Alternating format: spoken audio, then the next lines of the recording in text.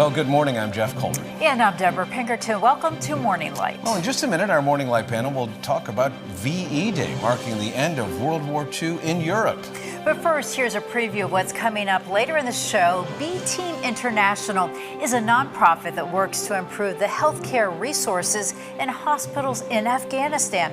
B-Team International is committed to training future healthcare workers, including physicians, nurses, and midwives, by expanding healthcare to rural communities that don't have doctors or clinics. Find out how you can help those living in Afghanistan. Talk about some challenging work. It is challenging work, but very good work. Indeed. Well, Thursday, tomorrow, marks the 80th celebration of Victory in Europe Day, known as VE Day, the unconditional surrender of Nazi Germany. The UK is remembering the moment with 4 days of celebrations, including a service at noon tomorrow at Westminster Abbey. Well, VE Day wasn't the end of World War II entirely. For millions in Europe, it was the last chapter of 6 brutal years of death and the liberation of millions of enslaved, starved, and suffering people. Yeah, it's hard to imagine what happened during that time. Fewer of those first-hand testimonials, but they're still there. Yeah, they are. Well, for many Americans, the war to defeat Nazism was clarifying, evil unmasked. Adolf Hitler's blueprint for a master race and the extermination of Jews was finally understood and believed. After World War I, America withdrew from the world stage, but then Pearl Harbor happened, and the sleeping giant awoke. A new poll out this month shows while a majority, 59% of Americans, understand the war's importance, about 10% no longer find it relevant. 10%. Yeah, that's amazing. Yeah, interesting. Well, in remarks on that very first VE Day, British Prime Minister Winston Churchill said, for future generations, wherever the bird of freedom chirps in human hearts, look back to what we've done. And they'll say, do not despair, do not yield to violence and tyranny, march straight forward and die if need be, unconquered. 80 years later, does Churchill's prophecy survive? Is the bond of freedom forged in World War II still strong, and do we still have that kind of moral clarity? We'll take these hard questions to the Morning Light panel this morning. Good morning, friends. And that 10% number, I think the actual is 10% of number find it relevant. You know, so that's kind of where it in the United States. So saying 90%. 90% would not find it relevant, and I guess it's all in how you ask the question, right? Mm-hmm. It's all how you're phrasing it. Yes, it was a significant moment in history, but does it have anything to do today with our day-to-day living? And VE Day in America, very different, obviously, than VE Day in the UK. We're seeing all those images. Extraordinary images of Trafalgar Square and these other places in front of Buckingham Palace, celebrating this moment. But memories are fading, and every minute we're losing another World War II veteran who has that firsthand knowledge of this. Amber, let me begin with you. The relevance today, 2025, 80 years after the end of World War II in Europe, still, what are the lessons and the big takeaways that have to do with our real life today? Well, we know that evil exists in this world. We know as Christians. It takes many forms. It takes forms of invading sovereign nations. It takes the form of slaughtering innocent civilians. And unfortunately, we still have those things happening in this world. And it's important that we keep those memories alive, we keep that moral clarity alive, so that when we do see countries and people groups who are violating other image bearers of God, we can call evil what it is. Why is it so difficult for us to do that in this particular moment? Why do we see the almost identical actions happening in different places around the world, just savagery, but we're unable to find that moral clarity? I think a lot of times we condense history.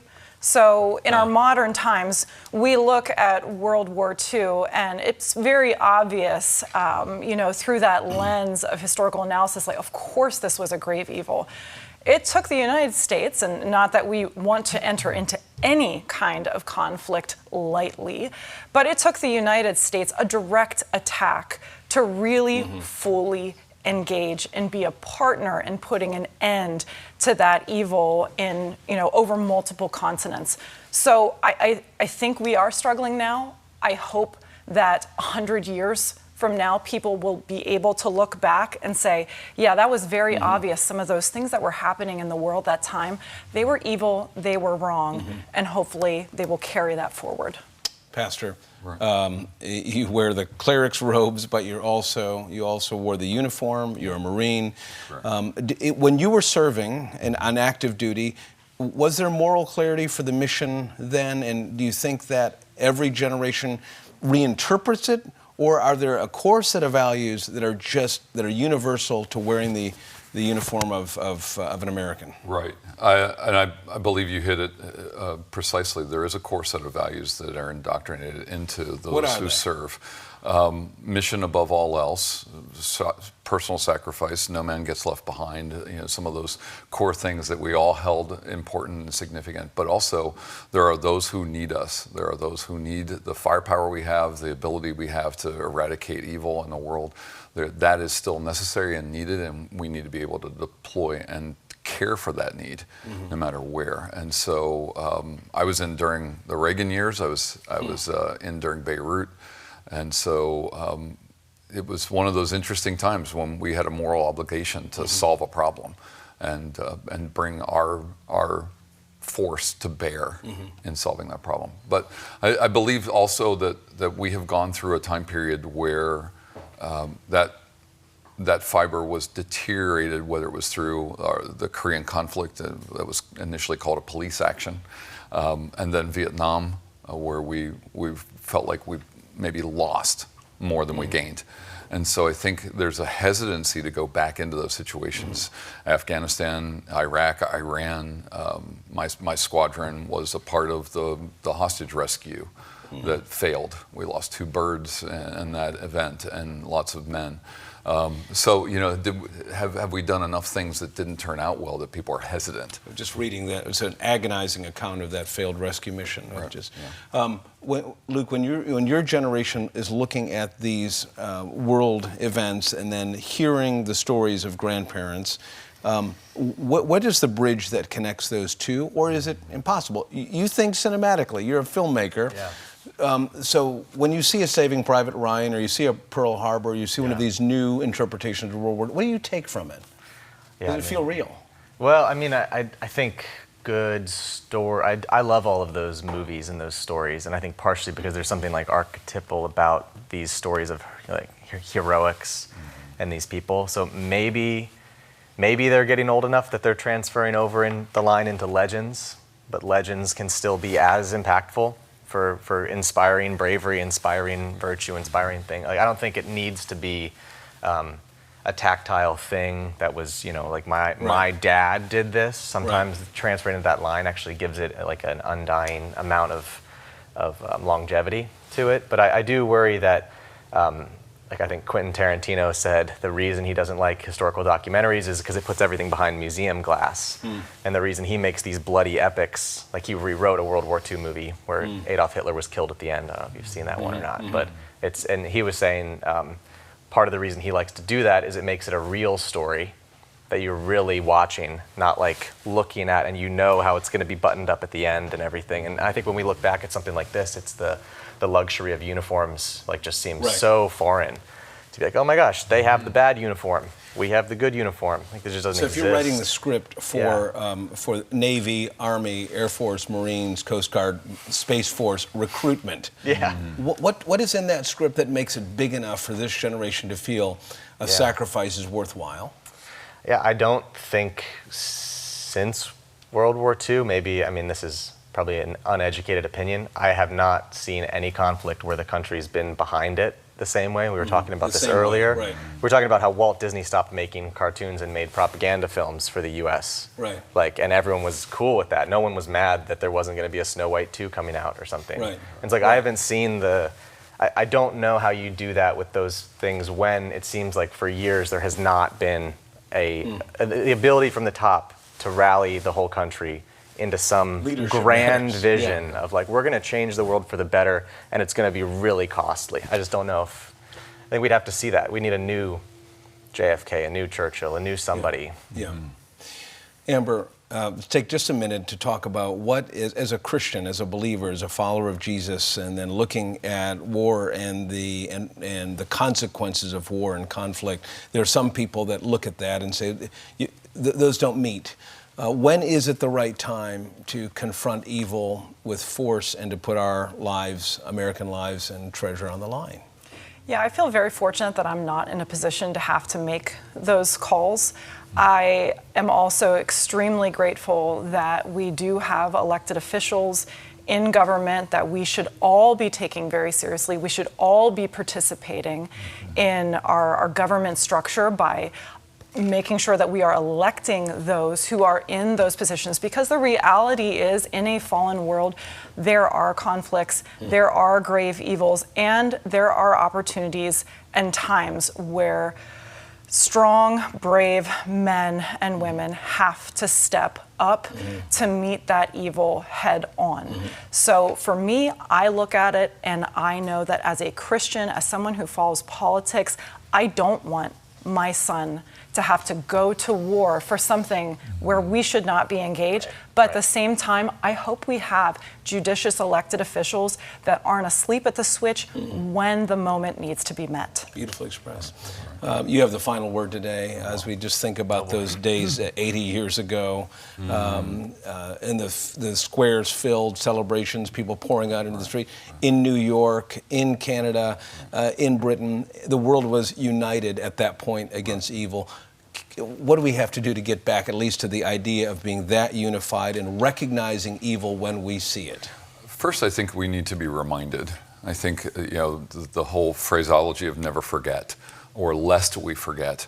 I think the reminders need to be there for us. We need to do these kinds of celebrations and remind ourselves as a people that this is what we've been through. This is what it took to get to the comfort level that we have today, that we had to be this uncomfortable to get there.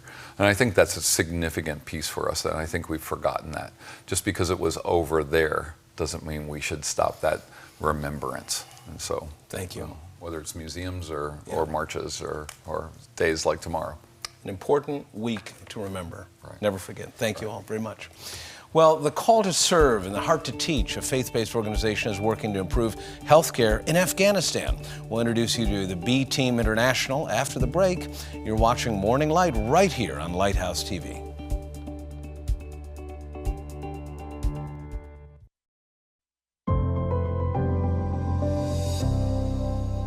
Welcome back. Together we have the power to improve public health in Afghanistan.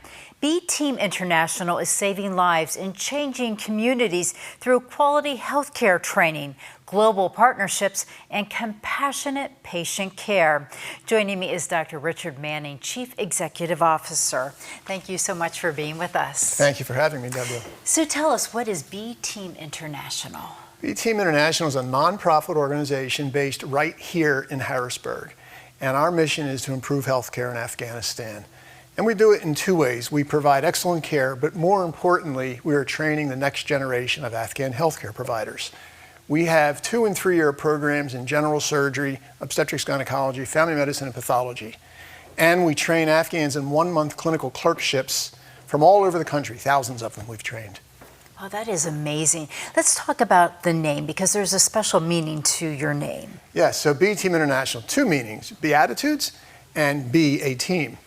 Regarding the second, Afghanistan has been embroiled in war for decades and centuries, actually.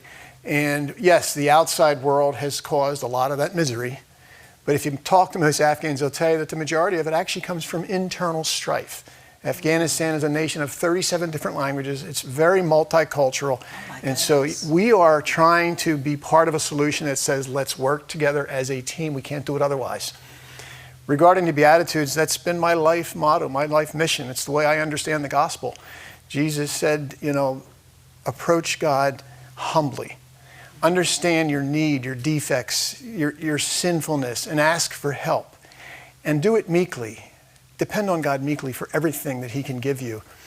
He then instills in you a hunger and thirst for righteousness. He gives you the desire to show mercy. He gives you a desire to see His face, to have a clean enough heart that you can actually see the face of God. And maybe when somebody looks at something you do, some act of love, maybe they're starting to see a little bit of the face of God as well. And so also he teaches us to be true peacemakers. Children of God are first and foremost peacemakers, even if it means, as we heard here just a few minutes ago, suffering for and with the people you are with. So tell us, what is it like in Afghanistan? You've been there numerous times, and we just see things on TV. We see the pictures. Yeah. So yes, I've made over 50 trips there and stay there from 4 to 6 weeks at a time. Afghanistan is a hard place to live. I mean, they're not lying, the pictures in the news. You can die of a lot of reasons prematurely in Afghanistan. Delivering a baby is one of them, but not to mention car accidents and just all other kinds of things that come from having a poorly developed society. And of course, violence. I've personally lost 15 friends to violence there. Oh my goodness. And I'd like to just share maybe one story with you about a particular individual who lost his life there in service. So his name is Dr. Jerry Umanos. He was a beloved pediatrician, always had a smile on his face. He offered free care to every child of every staff member. With 320 staff, averaging family of 6 to 10, that's a lot of free care, right? In addition to all that he was doing, for our hospital in general. So one day, a man posing as a guard, came in and turned his AK-47 on Jerry and 3 others. And he killed them all except the one survived, and then he turned the gun on himself. Oh my goodness. Our staff jumped into action.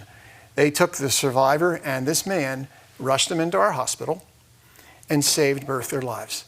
Wow. Yeah, so I'm thinking, there you are, you're angry, you're upset, he's killed your beloved friend, and yet what do?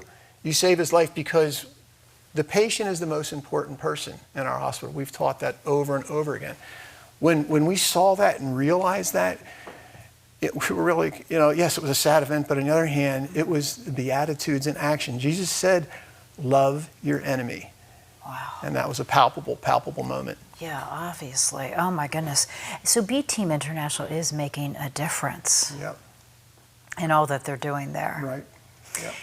Okay, great. Well, we do need to take a break, but we do have more to talk about because we want to talk more about the hospital there and how it really serves the people. So we will be back in just a minute. We will show you the impact of what B Team International is doing in Afghanistan. We are back in 1 minute.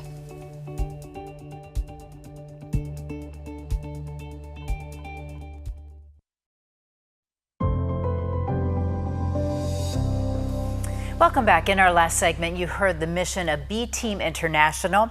Now we want to share some of the life-saving programs the organization offers. Joining me once again is the CEO, Dr. Rick Manning.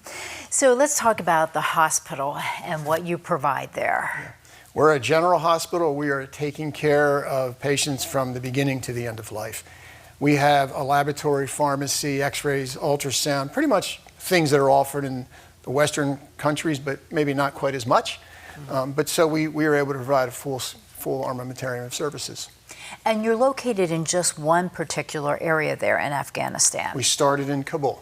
Yeah. And so how many people does that really provide service to? Well, we have taken care of 1.1 million patients since we've been there. Oh my goodness. Yeah. So let's talk more about the unique services that you do offer. Sure. Yeah, our plastic surgery department, in partnership with Smile Train, has been able to repair cleft lips and palates for free for over 11,000 children, literally putting a smile on their faces. The Official Foundation sponsors our work so that we have been able to offer 2,000 women corrective surgery after traumatic birth. We've introduced laparoscopic surgery into the country. We're the first ones to do it. We've trained providers, and our results have been published in peer-reviewed journals. We introduced family medicine as a whole specialty into Afghanistan. Family medicine providers are ideally suited for a resource-poor setting where one doctor has to put on many hats and take care of patients at all extremes. That's the backbone of our program. We've taken nutrition kind of to a new level. So every patient who's admitted to our hospital and their family member receives all of their food meals for free. Oh my goodness. Our staff, we feed all of them. We were able to take that to the provinces around us, and for about $150, we can provide enough nutrition for a family of 10 for 3 months. Oh my goodness.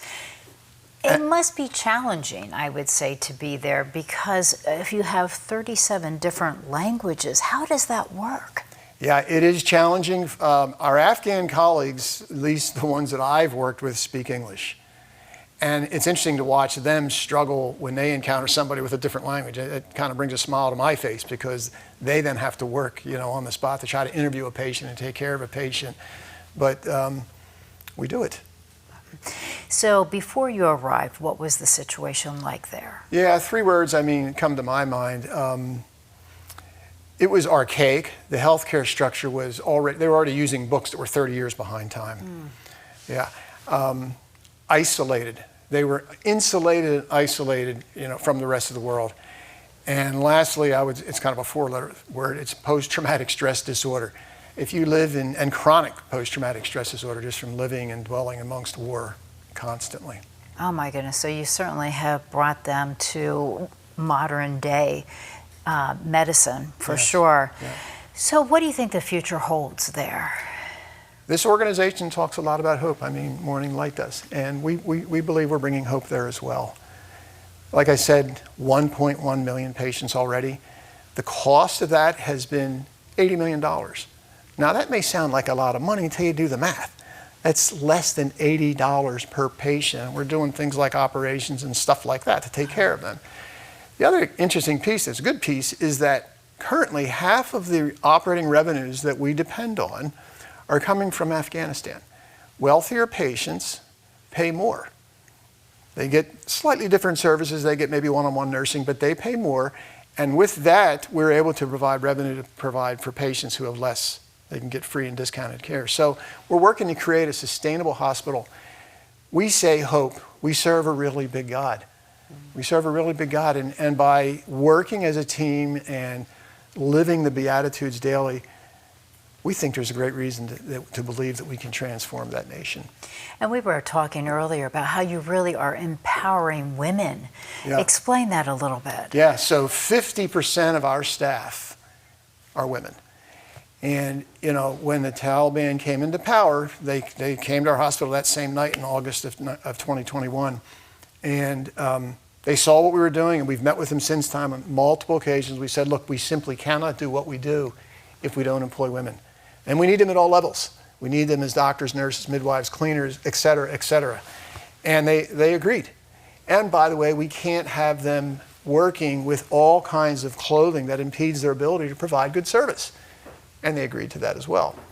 So, wow. Yeah. God certainly opens doors, finds ways to make things work, and making a difference certainly for the people in Afghanistan. Yeah. Thank you so much for being with us today and explaining what the situation is there. And we certainly are praying for you and your team. We'll take them all.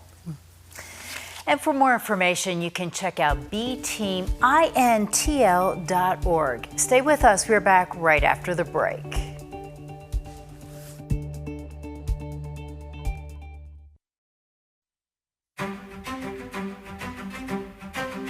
Welcome back. Coming up tomorrow, Morning Light, she's a best-selling and award-winning Christian author.